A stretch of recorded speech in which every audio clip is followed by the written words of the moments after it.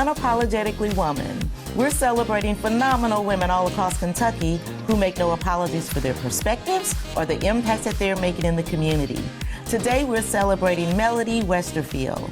Melody is a life coach, the creator of Power Your Life Ministry, and she is the Family and Community Engagement Liaison for Fayette County Public Schools. Unapologetically Woman, Melody Westerfield, that's you. That's me.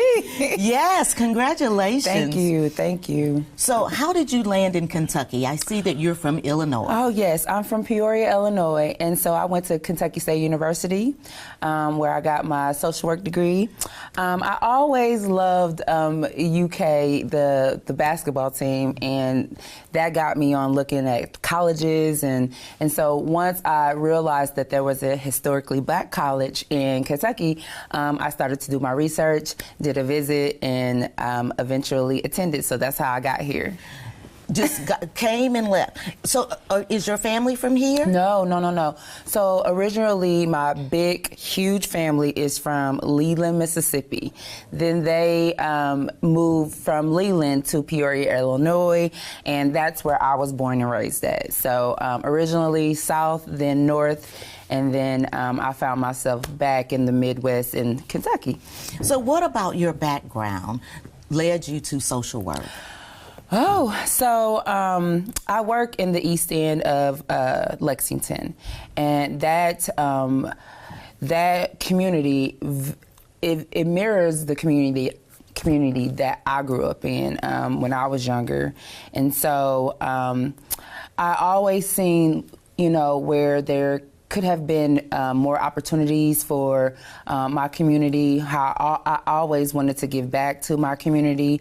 And so I knew that it was going to be a giving career that I got into. So that's kind of how I originally went into psychology, and I thought, this is not my jam. And so I quickly pivoted to social work my sophomore year, and it has all the aspects of giving and working and resources, giving resources to others. So that's kind of how I got into social work. Yeah. And so you're at William Wells Brown Elementary. Yes, ma'am. That's a great school. I love my school, yes. Mm-hmm. That's a great school. Yes. So tell me, what is it that you do? Okay, so it's pretty much social work. I'm the FACE, the Family and Community Engagement Liaison there. And so my job and my role is really to bridge the gap between family, school, and community. So in one aspect, I can be in the community and knocking on doors, businesses, seeing how we can partner, how they can partner with our families, our school, teachers. And then I am an advocate for our families, their needs, connecting them to resources, and even advocating on their behalf. If there's an issue that they're having with regards to the school, tell me what's going on, see how I can help, see how I can resolve the problem. And then also speaking on behalf of the school. So if there's a concern, if there's some absences, maybe I'm reaching out to the family, maybe I'm doing a home visit to see what it is that we can do on the school side to help for our school. So yes, that's me. That's a lot. That's really important because everybody comes in. Everybody's an individual, so everybody's needs are going to look different and be different, and so the resources and being able to find resources to help families and bridge that gap is huge. Yes, I would say so. When I was growing up, resources is what kept us afloat, and knowing the need of each household. Like you said, it's going to look different. We have GED, we have EL classes, and so what this family needs may not be what that family needs. And if you just need someone to talk to and just get it off your chest, if that's your need at the time, I want to be that for you. So you're a mentor and you've created Power Your Vision Ministry. Tell us about that. Okay, so Power Your Vision, it's what you see for yourself. In life, I found that, and the way it came about is I found that I was in fear of reaching next levels. And so trying to get to the next level, trying to get to another job even, just thinking about where I see myself in life, right? And so trying to get to that next level and seeing it. And so I encourage people to see where you want to go and not limit yourself. And so that's where Power Your Vision came from. And so it was birthed out of life coaching. It was birthed out of my own experiences. And so I encourage and I push for people to go past their fear that they see for themselves and just to see that vision and just walk towards it.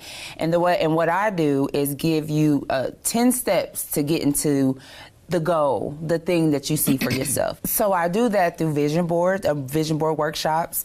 And so I give 10 steps on how you can get to your goal and get to the vision you see for yourself. And so that's important. You talked about fear.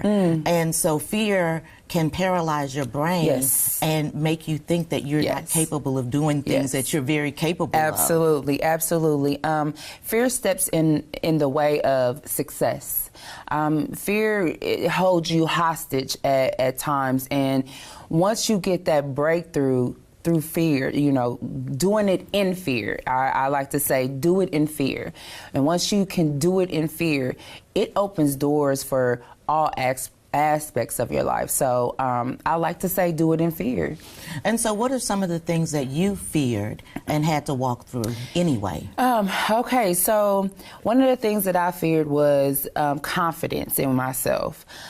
People would say to me, you have an outgoing personality and you can do these things. Even talking, doing a podcast and talking on TV, some things that I did in fear because I feared that, my communication would come off wrong, or am I talking proper enough?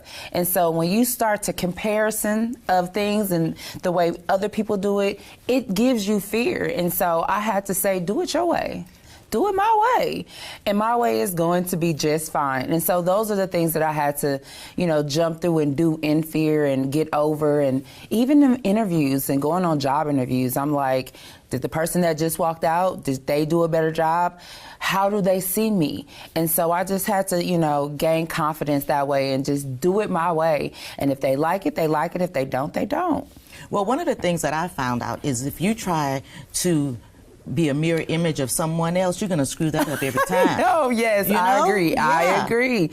Be yourself. Yeah, be your own self. Well, and with you being yourself, you're helping a lot of kids in school and things like that, but you're also a coach. Oh, not just a life coach. So I played basketball from middle school to high school and 1 year in college. Okay, you're not just going to go by that. Where? Tell me some spaces. Where? Let's do some shout-outs. So I went to Laux Middle School. I played, I think, 7th and 8th grade. I went to Central High School, and I played from freshman to senior year. And then I walked on my sophomore year at Kentucky State University. And so I always played the 1 through the 5. Anybody know positions? I've always played the 1 through the 5. And I was always pretty good. That means at every position. Yes. Every position. I've practiced at every position. And so I was always pretty good. And so, I just played that 1 year in college, and I love basketball. And then being at an elementary school, I found that, obviously I'm a girl, so I, wanted to coach little girls and just teach them basic skills. I didn't have a desire to have a team, but it ended up being a team. And so I coached for PAL for a couple of years, and I've always coached for our travel. And PAL is?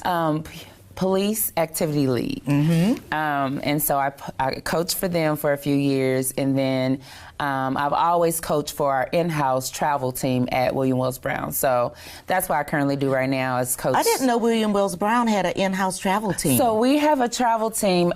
The district has kind of like an elementary travel team. And so we have a team, and then we have an in-house league that I oversee. And so if you didn't make the travel team, you still can play basketball on the in-house league, and I oversee and I coach and ref on that. But it's It is so fulfilling to teach kids who want to learn, who don't know anything about the game, and they start to learn, start to shoot, start to dribble, and get better and better at it. It's very fulfilling. Well, one of the things that I think about girls in sports and women in sports is that sports teaches you a whole lot of things. Yes, it does. It teaches how to work as a team. It teaches you how to have confidence because, you know, to practice a layup, but then to actually get and be fluent in being able to do a layup is two different things. So it builds confidence, it builds understanding, they're learning. You have to have an IQ for it. So it brings on a lot of things. And one of the things too for me is that it teaches you that you're not going to always win. Oh no! And sometimes the better team doesn't win. Exactly. You know, how to lose gracefully is what we teach the kids. Character building. Yes.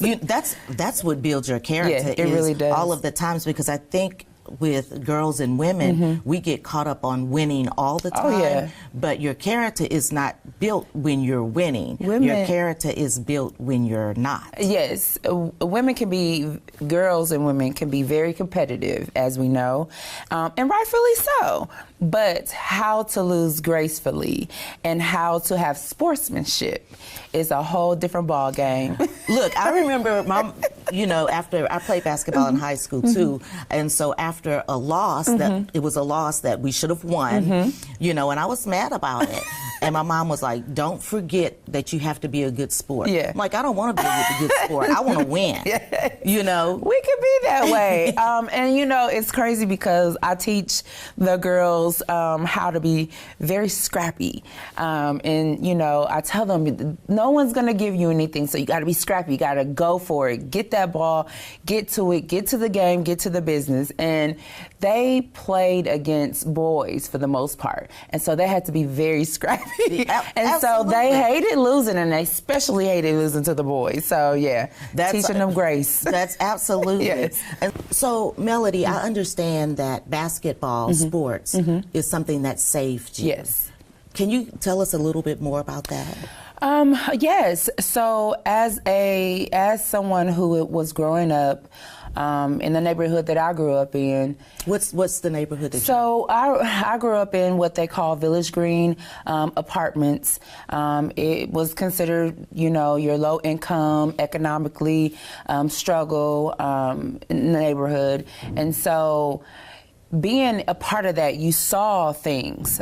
You saw people, places, and things that were not, you know, they were not healthy or good for you.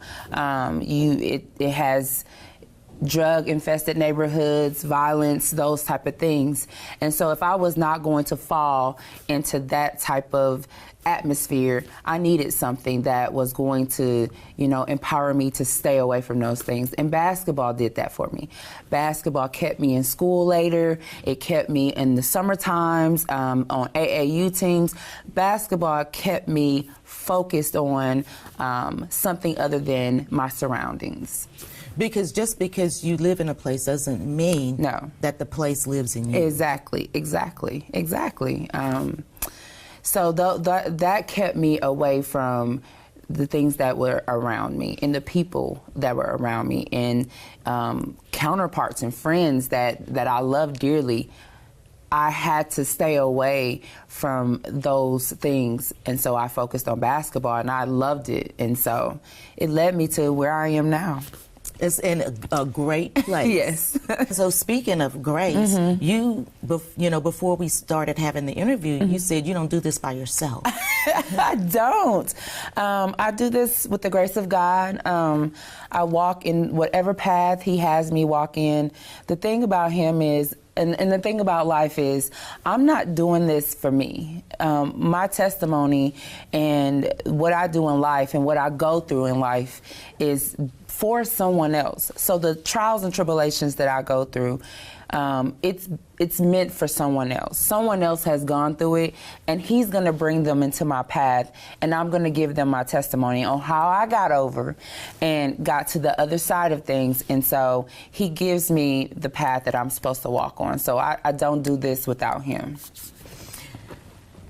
girl, we can sit here and just go back and forth all day. But I want to kick it to you for young girls and young women that are looking at you. Yeah.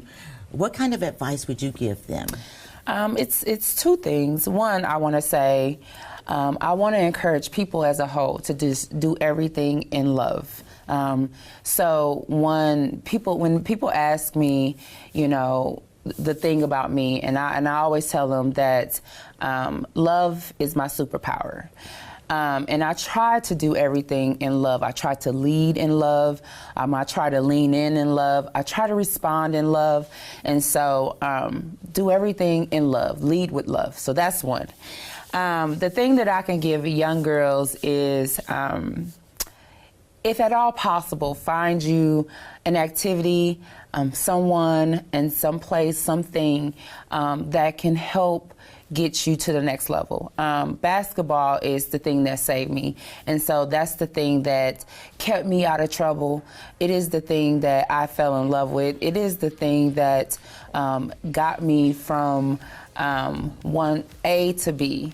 And so I encourage young girls to find the thing that they can fall in love with, that can lead them from A to B. And once they find a mentor, lock into that mentor.